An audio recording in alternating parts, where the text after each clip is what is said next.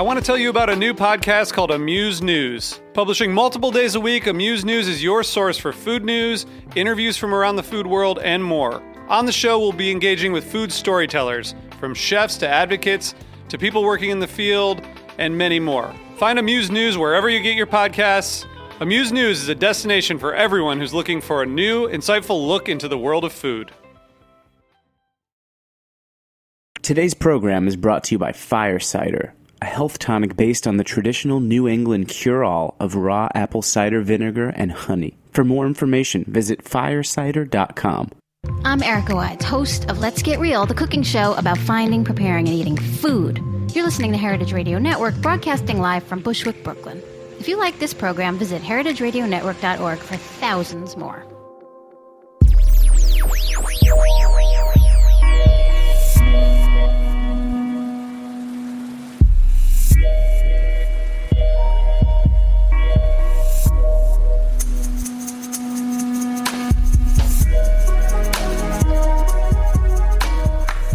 All right. Thank you so much for tuning in to the Heritage Radio Network. You, of course, are listening to the Farm Report.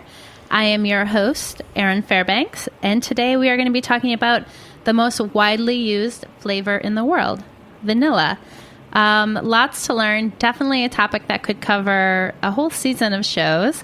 So we're gonna hopefully hit on some of the high points. We are joined by Matt Nielsen. He is the chief operating officer. Well, that was a hard one for me. Chief operating officer of Nielsen-Massey. Welcome to the show. Thanks. You don't have to worry about the title. As a family business, we're not very big on titles, but corporate-wise, you obviously have to have them. But I try not to identify by that. You're like the COO. Yeah, exactly. So third generation? I am third generation, along with my brother and sister. We now own and manage the company together, and we're really proud to be able to carry on that legacy. So the company was actually started in 1907, making aromas for cleaning chemicals. Yeah, is that right? Yeah, we kind of started on the opposite end of the spectrum. Richard Massey founded the company in 1907, and as an aroma company, so producing aromas to cover up kind of the obnoxious smells that were coming out of cleaning products back in those early days. And it was after my grandfather joined the business around 1917 and became a partner in the 20s that they switched over to do more food flavorings. So since about the 20s, we've been focused only on food flavorings and kind of quickly left that aroma industry behind.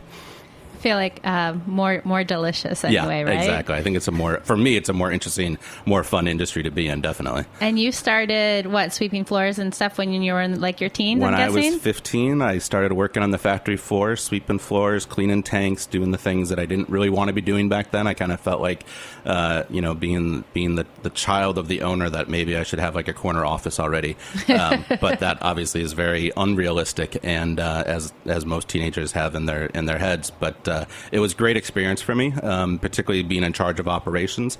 I know everything that needs to happen on that production floor. I've done it all. I worked my way up from sweeping floors to, grinding the vanilla beans to bottling product and shipping orders. And so I know our whole process, and I wouldn't take back any of that experience whatsoever. Does it just smell so good in there? Does it actually smell like vanilla? That's what people say. I'm pretty immune to it, really? though. I mean, if I've been gone for maybe 2 weeks, which would be a long time, and I come back, I might smell it, but otherwise I'm pretty immune to it. But visitors that come in, and in the business park that we are, people will walk outside during the warmer days, and they say that they love coming by our factory because it just smells like cookies because of the vanilla aroma. Yeah. So yeah, people definitely can smell it. So I want to talk a little bit, I guess, about what vanilla is. I think one of the things that there's agriculture products that you really think about, like when you're at the farmer's market and you pick up a tomato and some potatoes and maybe you buy a roasted chicken. But I don't think vanilla is really at the top of the list when you're thinking about things kind of growing, because I think it's a victim of its own success. It's so ubiquitous. It's in so many different things. But maybe we can start with a little bit of a primer of what is vanilla? Yeah, definitely. It's one of those products that people don't really think about. You just kind of take it for granted, but it's in so many things, as you said. And what people don't realize is that vanilla itself is actually the fruit of an orchid. It's the only orchid that's grown worldwide that's known to bear an edible fruit. There are certainly other orchids that produce fruit, but they're not known to be edible. And the other thing that's really unique about it is that it has to be manually pollinated. There's a membrane in the orchid that prevents it from self-pollinating. So you have to manually pollinate that orchid. And the orchid itself actually opens up one day a year. It only blooms one day a year, and you have to pollinate it on that day. Otherwise, you're not going to get a vanilla bean from that orchid. So there's a lot of little nuances to it that people don't think about. The fact that it's from an orchid, that it's grown in tropical areas, and that it has to be hand pollinated. It's a huge part of why the process is so long and why vanilla is so expensive, the second most expensive spice after saffron. How did someone figure out the hand pollination? Like, do you know? I mean, how did well, someone yeah, was just like... So vanilla originated in Mexico and was taken from Mexico during the colonial days to other parts of the world, principally Madagascar and the Indonesian islands and some of those places. And it was, So in Mexico, it was pollinated typically by a bee that would be attracted to the orchid, and it would go in and in doing so, break that membrane and pollinate the orchid itself. That obviously commercially, you can't rely on that if you're going to grow vanilla as a harvest. So when they did take it to other parts of the world, the vines flourished and they would get orchids, but they never got fruit because they didn't have this bee that was native to Mexico. So they had to figure out a way, and it was actually a Belgian botanist that determined and discovered that there was this membrane and that the only way to pollinate it is to break the membrane and do that.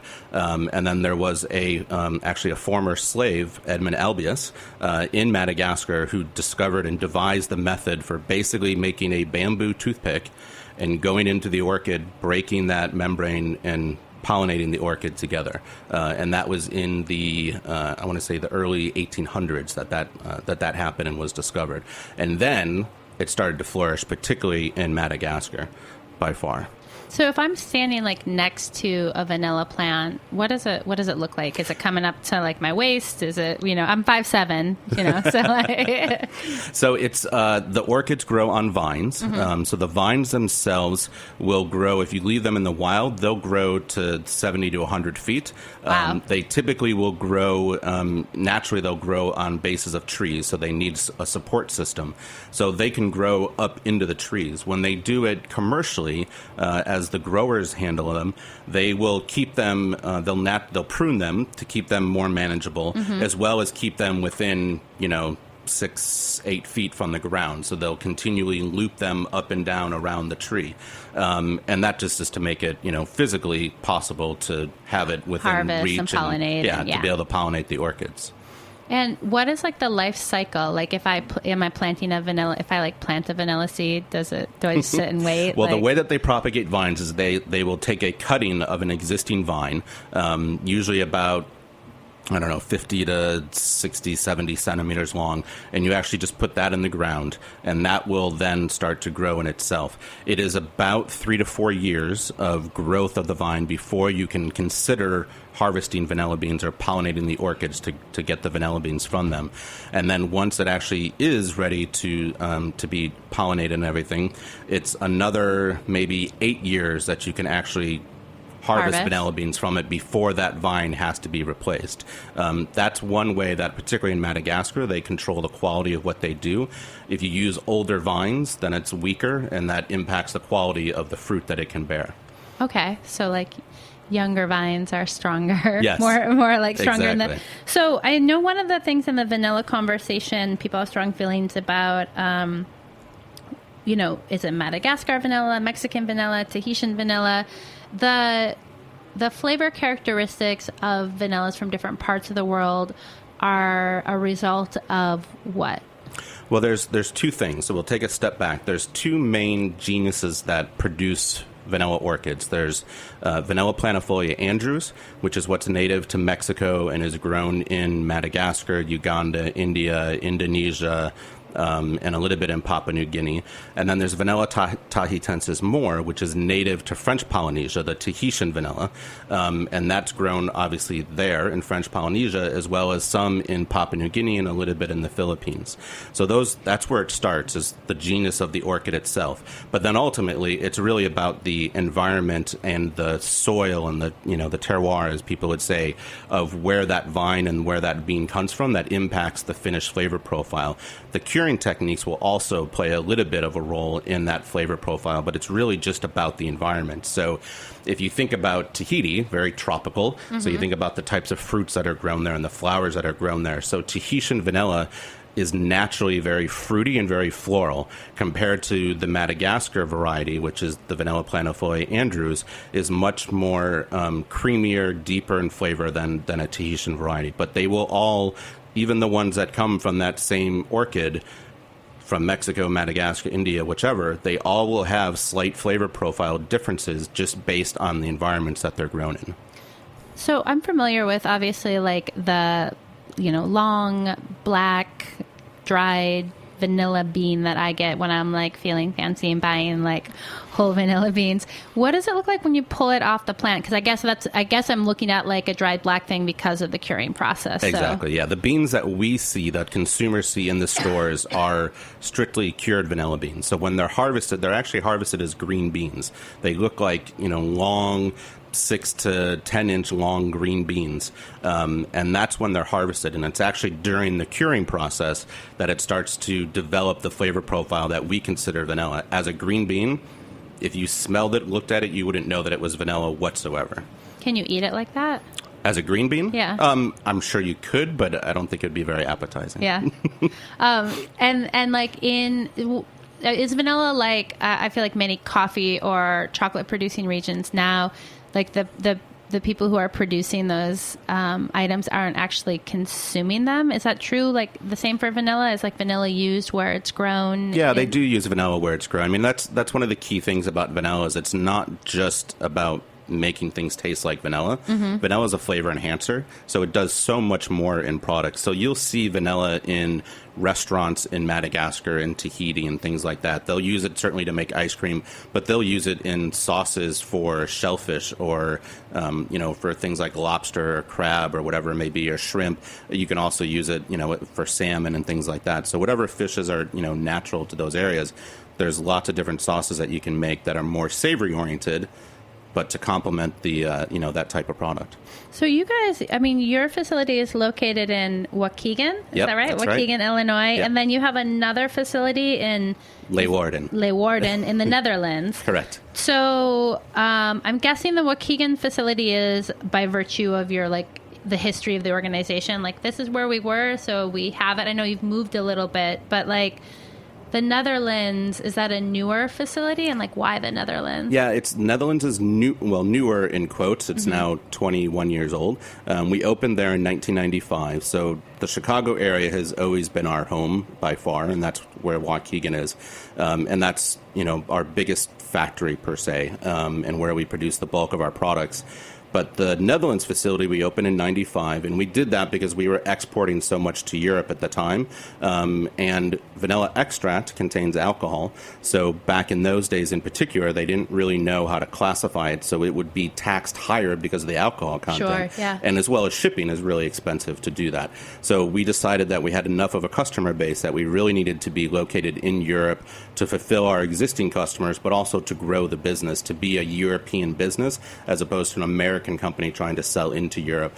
And that's where it came about. And for us, we chose the Netherlands for a couple reasons. One, the area that we're in is a very large dairy area, very similar to Wisconsin. So, we're pretty close to Wisconsin, being in Chicago, so we were comfortable with that. But mostly what we realized and what we understood is the employees that we were going to be hiring to produce vanilla, they weren't going to know how to make vanilla. We were going to have to teach them that, obviously. But they knew food production from a dairy background, and they knew cleaning and sanitation, which is really important to us. So that was a really great skill set to have coming in, as well as the Netherlands is relatively pro-American, and they did a lot economically to make it viable for us and to give us the incentives to come there as well. And we've loved it. We've stayed in the city that we've been in. We love the city. We love the people. Our employees are great. Our team over there is fully Dutch. We don't have any of us aren't positioned over there, stationed over there, because we have such a great team over there, and they can run it independently, and we love that.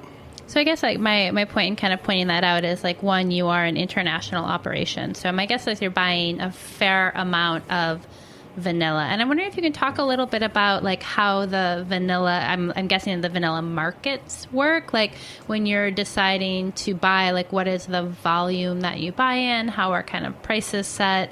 And how do you ensure kind of sustainability of the industry when you're thinking about, the farmers and the producers on that end, and then, moving on to the consumer side of things? I know it's like 8 questions in one. Yeah, that's a big question. I guess I'm just not exactly sure like where it makes sense to kind of jump in first. Sure. Well, I will try and address that. If I miss something, just ask me. I will remind you. So it's important to understand that the cultivation of vanilla is a very long process. So I'm going to use Madagascar as the example because they produce 80% of the world's supply. So they really control the market, and what happens in Madagascar impacts everywhere else in the world. So typically what happens, the cycle for growing vanilla, for the cultivation of it, is, as I mentioned, the orchids open one day a year. Luckily, not all on the same day. Yeah, that was. Yeah. I did want to ask you about that. It's usually between a 30 to 45 day time period. So that's usually, somewhere beginning of October into November that they will blossom. And they'll get pollinated. They will then stay on the vine for 9 months. They'll grow on the vine for 9 months. They will be harvested then the next year, June or July. And then they will go through another 3 to 6 months of curing time. So for the the material that we're buying now in 2016 was pollinated the fall of 2014, harvested our summer of 2015, and then began exporting December of 2015, January 2016. So it's about a, 12 to 14 month time period cycle for that. Right. Typically what happens is we know from our history how much, we need to buy. And we specifically, for the most part, work with importers that are based in North America or Europe for that facility. And we do that for a couple reasons. One, the vanilla cultivation is thousands of family farms. So for us to buy directly from a farm is really hard to manage that many farmers for the quantities that we buy. We're certainly one of the larger buyers in the world for vanilla. But the important thing for us isn't necessarily that as much as it is a level of quality control. So we work with the importers, and typically people overall will say Madagascar is the highest quality vanilla, the most, the typical flavor profile. But there are grades that come out of Madagascar that we won't buy. And when they export everything relatively mixed together. So it's not very good at being separated by different grades or by different types. So our importers will bring the material into North America. They'll go through and sort and segregate what meets our specification, and that's what they then send to us. And everything else that's left over, which we think is kind of an inferior product, is what they're selling to our competitors then. So these are people that are based they're like in sorting, and their business is vanilla and importing vanilla. Is there any culture of like in chocolate? There's been a very big boom in the last decade, 15 years of single origin chocolates. Is that a thing that's happening in the vanilla space or not really? Well, it has been for us. Ever since we got into the retail market, which was around 1983, when we first introduced a retail product. Before that, all of our sales were to industrial users, so ice cream companies, bakeries, confectionaries, that kind of thing. So when we introduced our retail product, we did it by single origin. So we labeled that it was a Madagascar vanilla extract, that it was a Mexican vanilla extract, or a Tahitian vanilla extract. So we were really the first ones that we know of in the retail marketplace that did that. Most of the time, particularly if you go to a supermarket, it's just labeled vanilla extract. You don't know where it comes from. Now people are starting to do that much more. So single origin is much more important now, and particularly as people have gotten educated over the last 30 some odd years about the fact that there are different flavor profiles. So even to our industrial users, we tell them, where it's grown, that it's a Madagascar vanilla, or maybe it's a blend of a Madagascar and Indonesian vanilla, something like that, because of a product application. So they know where it's coming from, and they also know that the flavor profile is unique because of that. So we can't just very easily change it and do a Mexican and Indonesian or a Mexican and Tahitian blend, because that would completely change the flavor profile in their finished product. I do like that you have on your website the kind of like chart of like what vanilla from where and in what like form, whether it's like bean or extract or powder to use. I thought that was super interesting. But so I guess I'm wondering then, when I'm buying a bottle of Nielsen-Massey like vanilla extract, is that gonna taste the same every year? For us, for the most part, yes. Yeah, for our products, for the most part, they will. There are natural variances from year to year, just as with any agricultural product. And that's another thing that people should understand is vanilla is a once-a-year harvest. Right. So it's not that they, can harvest in April and then July and then October, whatever. It's typically harvested for the most part throughout the world one time a year. There's a few places that they get a smaller secondary harvest, but for the most part, it's one time a year. So there will be natural variations from one year to year. But because of our process and how we produce and how specific we are and the grade of vanilla bean that we buy, we don't get the variations that some other people might get. Yeah, it would be like relatively nuanced. Like if I was like lining up a bottle, a line of bottles from like the last 20 years and tasting them side by side, I might be like, oh, interesting. But right. Probably not many people do that. I don't know that I could even pick out, from one year to the next that there was a real difference. A consumer, certainly for the most part, is not going to notice a difference from one year to another. So the kind of the vanilla buyers that you work with, they're the ones kind of aggregating from the small farms in Madagascar or Mexico or Tahiti or Indonesia, and they're packing cured beans? Correct. So the supply chain, basically the way that it works is you have the growers. They are doing their vines, harvesting their vines. Over the last 10 to 20 years, the growers have actually started to cure the vanilla beans themselves as well. In the early days, that was a challenge because it wasn't something that they did, but it helped to shorten the supply chain and to give them better control as well as a better price for what they're doing. As they've developed it, the quality's become much better, which is great, and it's certainly something that we've appreciated.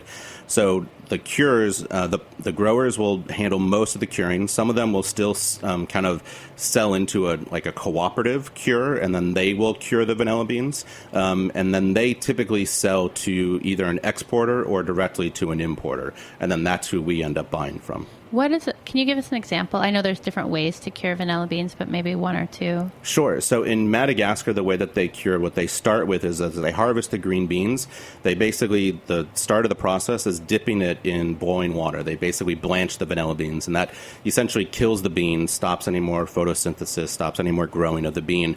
And then literally it's a sun drying process. So they lay the green vanilla beans out in the sun during the day. They absorb heat to the point where they get super hot even to the touch.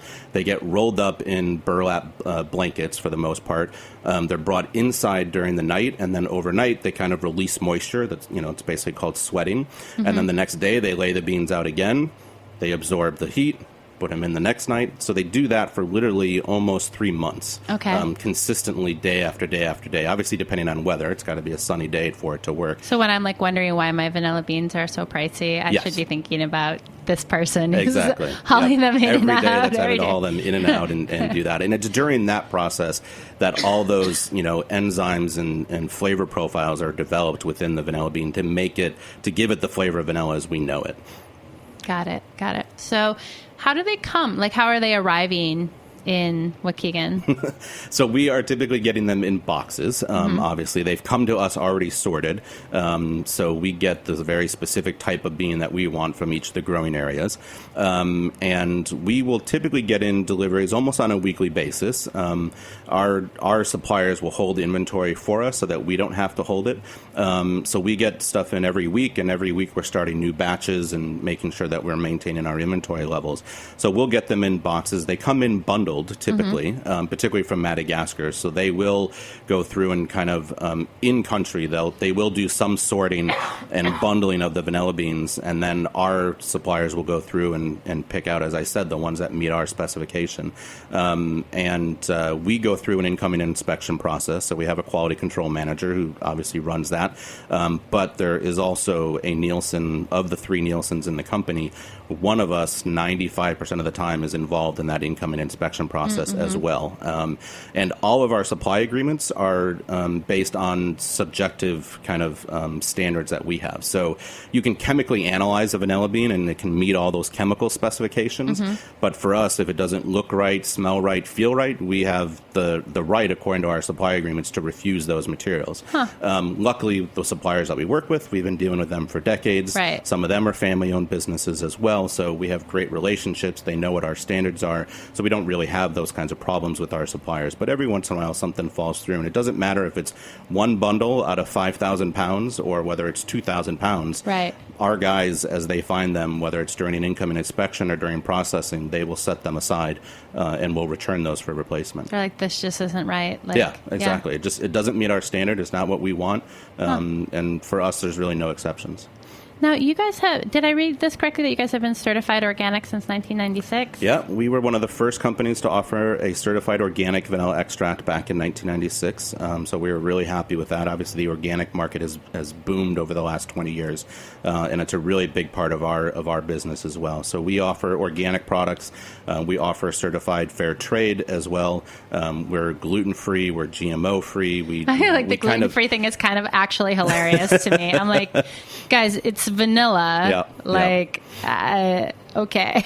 So, I mean, it is. It depends, and the gluten part comes from the alcohol that's used to produce it. Right. So I guess it's that not, makes sense. vanilla beans are naturally gluten-free, but Sure. it is the alcohol that's based. So historically, we always used corn alcohol, and we did this even before the gluten whole thing, blew up. We did it because corn alcohol was neutral, and it wasn't going to add any flavor to it, as opposed to a wheat or a rye or whatever it may be that can change throughout the year. And then obviously when GMO became such a bigger issue, and recognizing that even if the alcohol, even though no GMO organisms can get through the distillation process, it doesn't mean that the crop wasn't genetically modified to begin with, right. As well as even if this crop over here on this side of the road isn't genetically modified, but this one on this side of the road is, all it takes is a bird to go from one side to the next, and you lose that ability. So we specifically switched to a sugarcane alcohol, which again was neutral, but also is naturally non-GMO. I got it. So, all right. I want to. Well, I guess we should probably take a short break to hear a brief word from our sponsor. And when we come back, I want to talk a little bit about how the extract gets extracted, and touch a little bit on, the sustainability of the industry as a whole and what we should be thinking about as vanilla consumers. So hang tight, folks.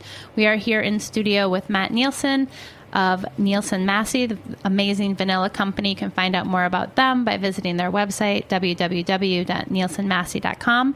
Hang tight. We'll be right back.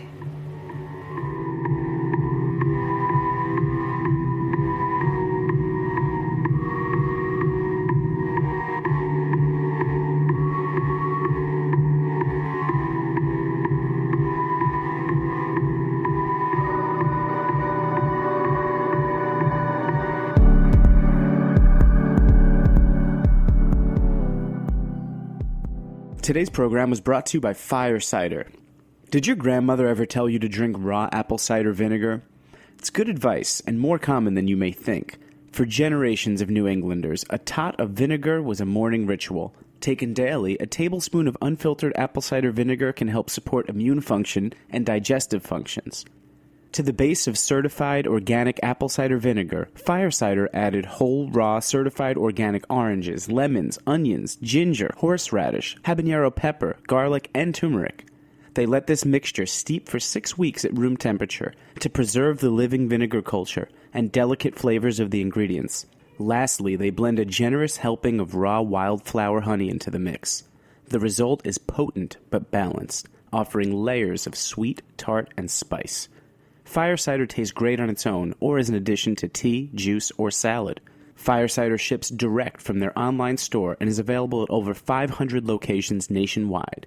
Use their store locator to find one near you and ask for a free sample. For more information, visit firecider.com. The one and only Dave Arnold brings the noise to Heritage Radio Network every Tuesday on Cooking Issues. Coming to you live on the Heritage Radio Network from Roberta's Pizzeria in Bushwick, Brooklyn. If the bomb was going to drop and you only had 15 minutes, which is like, I can make a sandwich in 15 minutes. You'd be eating a sandwich. I'd kiss my wife, make a sandwich. If you believe that it's all about to be over, why eat healthy? I'm not a freaking Neanderthal. I like a tempered ice cream sandwich. But it's the only way to get around it if you're a party master, because you're going to wind up, like, your kitchen's going to fill with dishes. And Some people have commercial dishwashers in their house. Who? I've seen them. Who? I've seen them. Who? Really rich people. For more mile-a-minute knowledge from Dave and the crew, listen to Cooking Issues, available on Heritage Radio Network, iTunes, and Stitcher. All right, we are back talking the most widely used flavor in the world, vanilla. And what I want to get into now is the way I think probably most of us are using vanilla in our homes on a regular basis, which is vanilla extract. So how do you make extract, I guess? Sure. Well, vanilla extract. No family secrets here. Yeah, and I won't give broad away strokes. the secrets. Don't trust me. I won't do that. But vanilla extract is by far the most commonly used, particularly in the United States. Throughout the rest of the world, not so much. But in the United States, vanilla extract by far is the number one form. And really, what happens is, for our process, I'll tell you, there's generally speaking, two ways to do it. Actually, let me start with our competitors. So our competitors typically use heat and or pressure in their extraction process. The benefit of doing that is you can produce vanilla much more quickly. I mean, so faster and more of it. Faster. They can do it they can extract a batch in 2 to 3 days. The problem with that is that the vanilla bean has over 250 different flavor compounds in it that make up the flavor of vanilla as we know it. And many of them are very sensitive to heat during that initial extraction process. So by utilizing heat, you end up actually burning off or volatilizing those flavor compounds. So you don't get what we would say would be the true depth of flavor. We use what we call a cold extraction process. We do everything at room temperature. It takes us 3 to 5 weeks to produce a single batch of vanilla. 3 to 5 weeks versus 2 to 3 days. Okay. So our process is a much longer but also more gentle process, no heat. So we feel we are extracting the full depth of flavor out of our vanilla beans that we can get. And that's one of the reasons, the quality of the bean that we buy, and then this extraction process is why we feel our products are the highest quality in the market, and generally speaking, why they're recognized as the highest quality. From a consumer standpoint, they're just going to notice that our vanilla gives them a much bigger impact in their finished product. On the industrial side, selling to food manufacturers, they often find that they can use less of our vanilla than a competitor's. So even though we might be slightly more expensive than a competitor's, they can use 3 to 5% less of our vanilla just because the impact of the flavor is so much better, and it makes us either competitive or sometimes more cost effective. Certainly, we're not going to tell consumers to use 3 to 5% less of a teaspoon. That's just really hard to manage.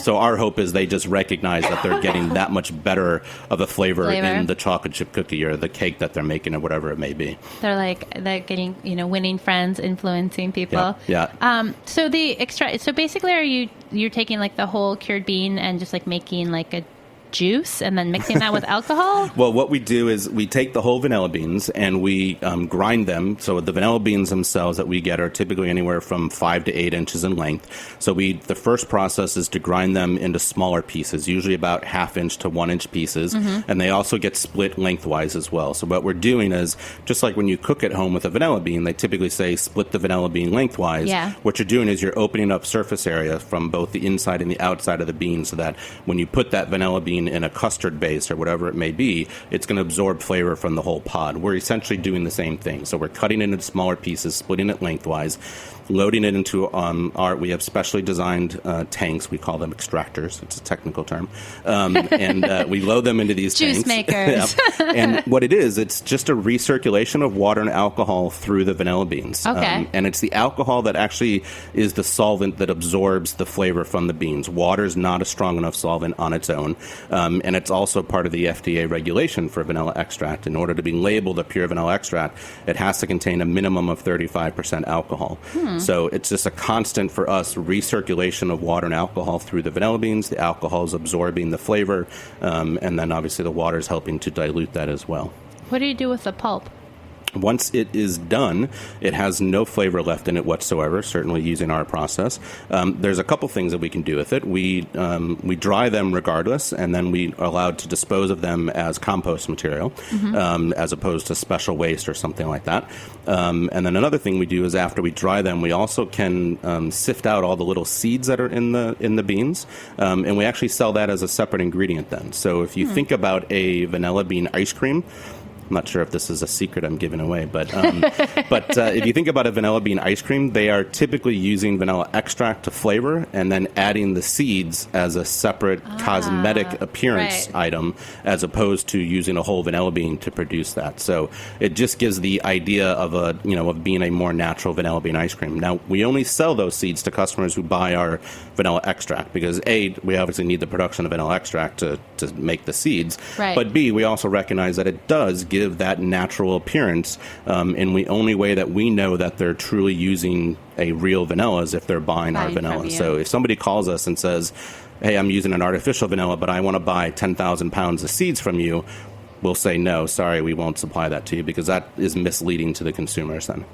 And there's a lot to talk about with regards to artificial vanilla or vanillin and that whole process, but I don't think we're going to have time to get into that today. We'll direct folks who are local to the New York metro area, definitely head over to the Museum of Food and Drink. They have an amazing exhibit covering a lot of this aspect of the vanilla conversation.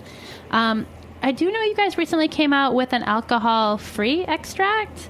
So how'd you get away with that if it's like a minimum of 35% alcohol? Sure. Well, it's not labeled an extract anymore. So it's just labeled a pure vanilla. Got it. The key word there is extract. That's when it contains the 35% alcohol. But we did develop a way of using glycerin as a solvent. So it's essentially the same process as how we do our other vanillas. Again, room temperature, 3 to 5 weeks of process, but we're using water and glycerin is what's extracting the flavor then from the vanilla beans, and that allows it to be an alcohol-free product. So that's important, obviously, for anybody that's sensitive to alcohol in itself. It opens up a whole export market for us in the Middle East, which is obviously sensitive to alcohol, and it's an area that we haven't really been able to sell into because of that. And then it allows us also to provide a halal-certified product as also. Can I sit down to like a glass of glycerin? I mean, what does that like? Glycerin has a natural sweetness to it, so yeah, I mean, you can certainly consume it. I don't know that you'd want to in a full glass form, but yeah. Huh. Interesting.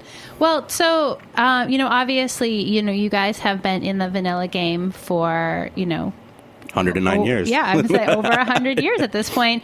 And, in order for you to stay in business, the vanilla industry has to be doing well. The farmers, the distribution systems, health of the planet. I mean, how do you guys engage more broadly with the kind of global vanilla community? Like, what is your role in that space? Yeah, for a company like ours, that is a family business. So, we feel that we have certainly a stewardship to both our business as well as to the industry, being a third-generation family company, as well as, there's a need for again, a business like ours that's so focused on vanilla. It's the bulk of what we do. It's probably 80% of our sales is vanilla versus some of the flavors that we offer.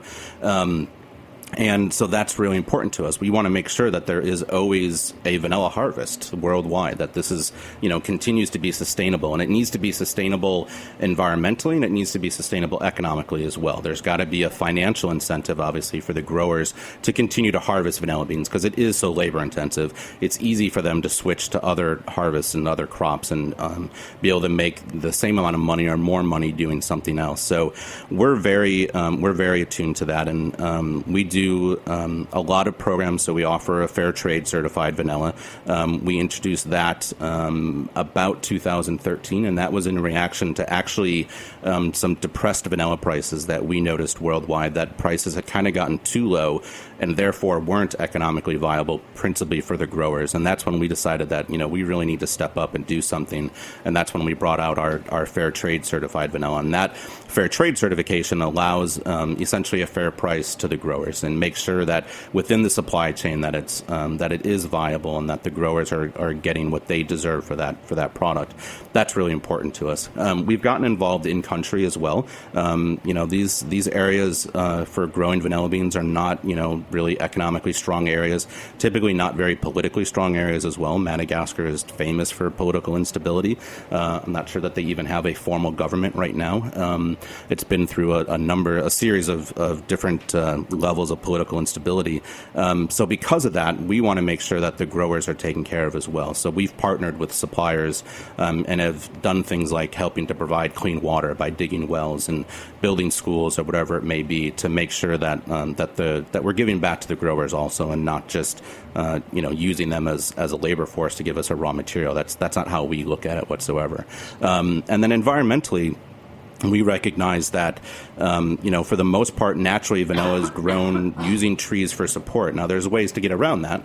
Some areas have, certainly cut down the trees and just used, posts and trellises to grow vanilla vines.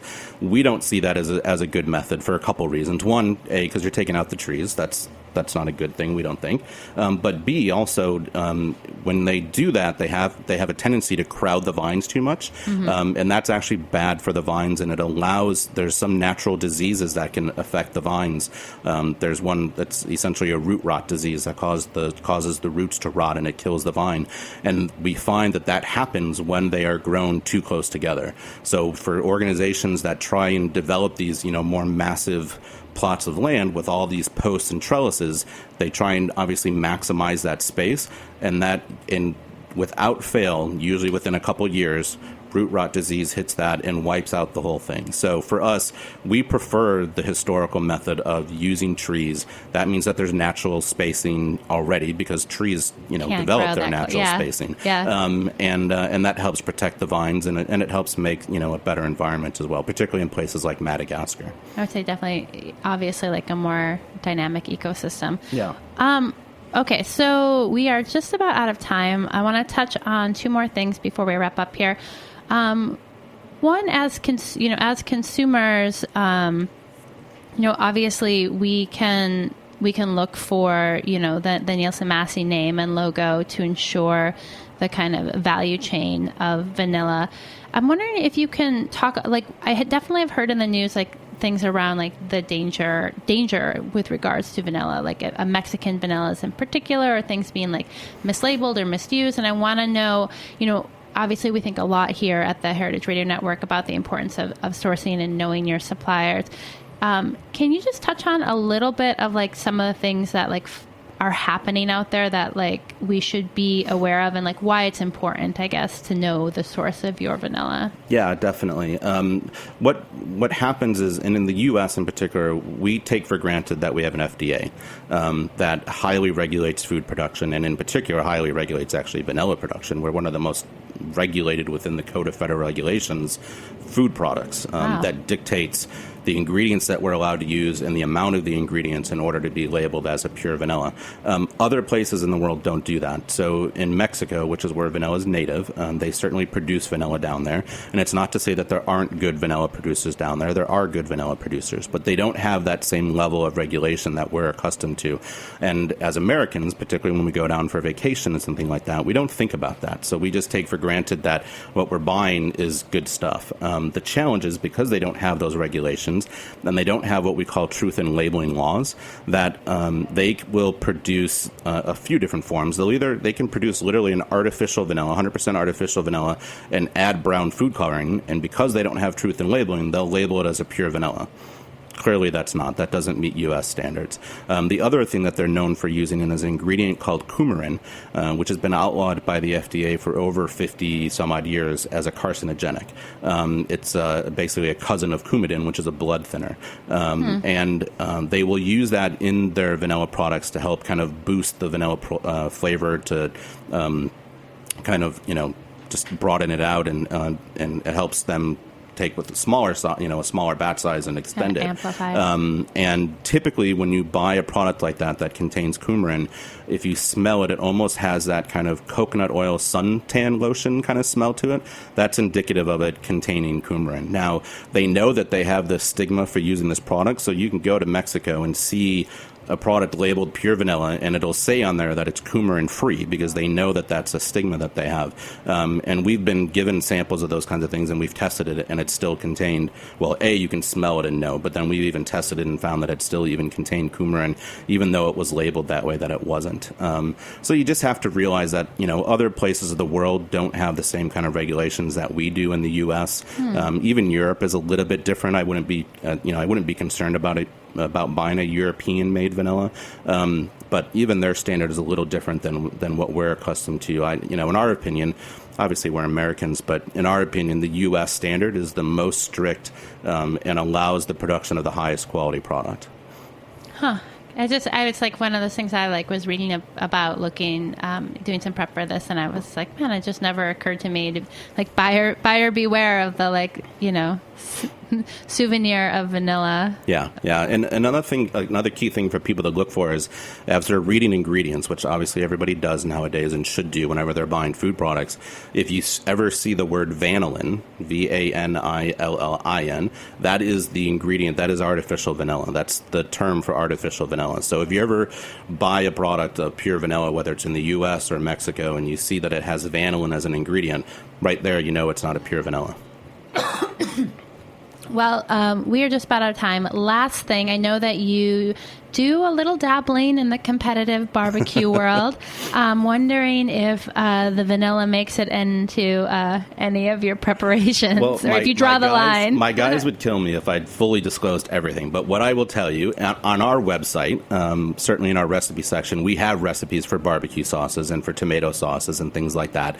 And vanilla does actually work really well in those savory type of recipes. And what it does is it helps cut the acidity of the tomato, but also helps to naturally enhance the spice flavors that are in those kinds of recipes. So I can't say 100% whether I do or don't use vanilla in my competition barbecue. You can probably make a pretty good guess as to whether I do or not. But in general, we certainly have recipes for it, and it works really well in those types of applications. Yeah, I really haven't done any playing around with savory preparations with vanilla. That sounds like something to work on. Yeah, we have a lot of recipes on our website that are focused on savory, focused on drinks. Everybody thinks about vanilla in sweet goods and pastries and cookies and cakes and things like that, but there's a lot more ways to use vanilla than just on the sweet side, and we have a tremendous amount of recipes around that. Yeah, I'll bet you do. You're like, put vanilla in everything. Exactly. Whatever we can get people to use it in, we're happy to do so. Well, Matt, it has been such a pleasure. I've learned a ton, and I hope that we will get you back in the studio, because I know that there's a bunch more we could talk about. Yeah, happy to, and I appreciate the time today. Thank you. So, folks, you can learn more by visiting www.Nielsen-Massey.com. You can find them wherever fine foods are sold, whole vanillas, vanilla extracts, and a line of other products. Thank you so much for listening. I want to give a shout out to Dave, my engineer today, and a big thank you to our sponsor, who always makes the show possible. You can find me on Twitter or Instagram. I'm Erin_Fairbanks. You can follow us at Heritage Radio, Heritage_Radio. We are a member-supported nonprofit station, so if you believe in our work, definitely visit the website, www.heritageradionetwork.org. Click that beating heart and become a contributor today. Thank you so much for listening, and stay tuned in.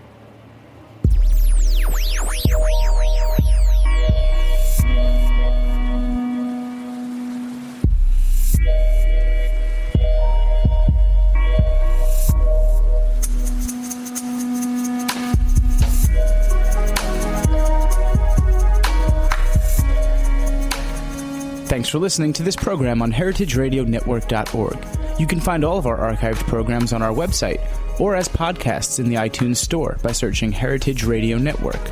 You can like us on Facebook and follow us on Twitter at heritage_radio. You can email us questions at any time at info@heritageradionetwork.org. Heritage Radio Network is a non-profit organization. To donate and become a member, visit our website today. Thanks for listening.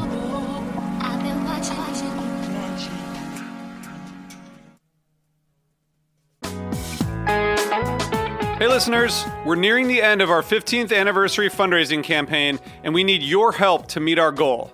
This campaign offers you a chance to win a unique food and music experience in one of the most exciting cities in America. Here's how it works. Donate to HRN and you'll be entered to win dinner for two and 2 tickets to a concert in one of 8 amazing cities: New York, Los Angeles, Philadelphia, Nashville, Las Vegas, Charleston, Ardmore, Pennsylvania, and Asheville. All donations support our work educating food system storytellers. And when you donate, you can choose one of those cities and you'll be entered to win dinner and 2 tickets to a show. So help us reach our goal and enter to win dinner and a show in the city of your choice. Check out heritageradionetwork.org/15 to donate and enter to win today. That's heritageradionetwork.org/15. Thank you.